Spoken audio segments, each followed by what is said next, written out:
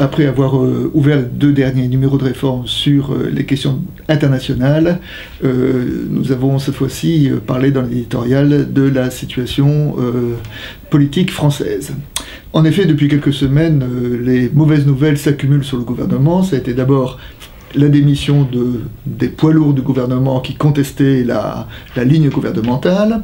Ensuite, ça a été les mauvais résultats de l'économie, ça a été ce qu'on pourrait appeler les indélicatesses fiscales d'un secrétaire d'État, et enfin, ce livre qui dénigre la vie privée du président.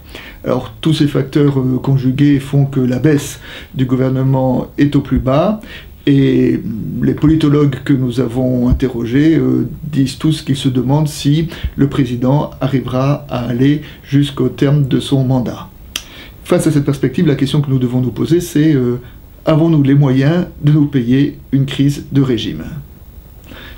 D'autant que si jamais il y avait une crise de régime, actuellement, l'opposition républicaine n'est pas tout à fait prête à gouverner. Alors cette question, la réponse est dans la question, et c'est pourquoi je voudrais aujourd'hui peut-être un peu défendre le président de la République. Vous savez, dans un film, quand il y a un petit gars où tout le monde lui tape dessus, au bout d'un moment, on devient solidaire de ce petit gars. Et même si le président Hollande n'a pas manqué de faire des erreurs, nous pouvons remarquer au moins que cette crise gouvernementale qui a eu lieu il y a quelques jours a eu le mérite de clarifier la politique économique du gouvernement. Alors, on peut avoir des doutes sur son efficacité, au moins maintenant, la politique est claire. On avait souvent reproché au président Hollande de diriger le pays comme il gouvernait le Parti Socialiste, en faisant des compromis plus ou moins douteux, en ménageant la chèvre et le chou. Et bien là, au moins, la ligne est claire.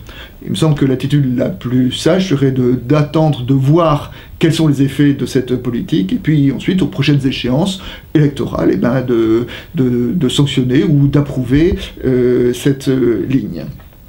Le problème, effectivement, actuellement, c'est que nous sommes dans une atmosphère avec un dénigrement systématique des politiques qui, quand même, peut nous interroger. Et face à ce dénigrement, je voudrais juste citer ce verset de la première épître à Timothée, dans lequel l'auteur dit « J'encourage en tout premier lieu à faire des requêtes, des prières, des supplications et des actions de grâce pour ceux qui occupent une position d'autorité, afin que nous menions une vie paisible et tranquille, en toute piété et toute dignité. » Et ben voilà, l'Écriture nous appelle à être respectueux et à prier pour les autorités plutôt que de les dénigrer, tout simplement parce que l'autorité et la politique qu'elle représente, eh ben, ce sera demain le monde dans lequel vivront nos enfants.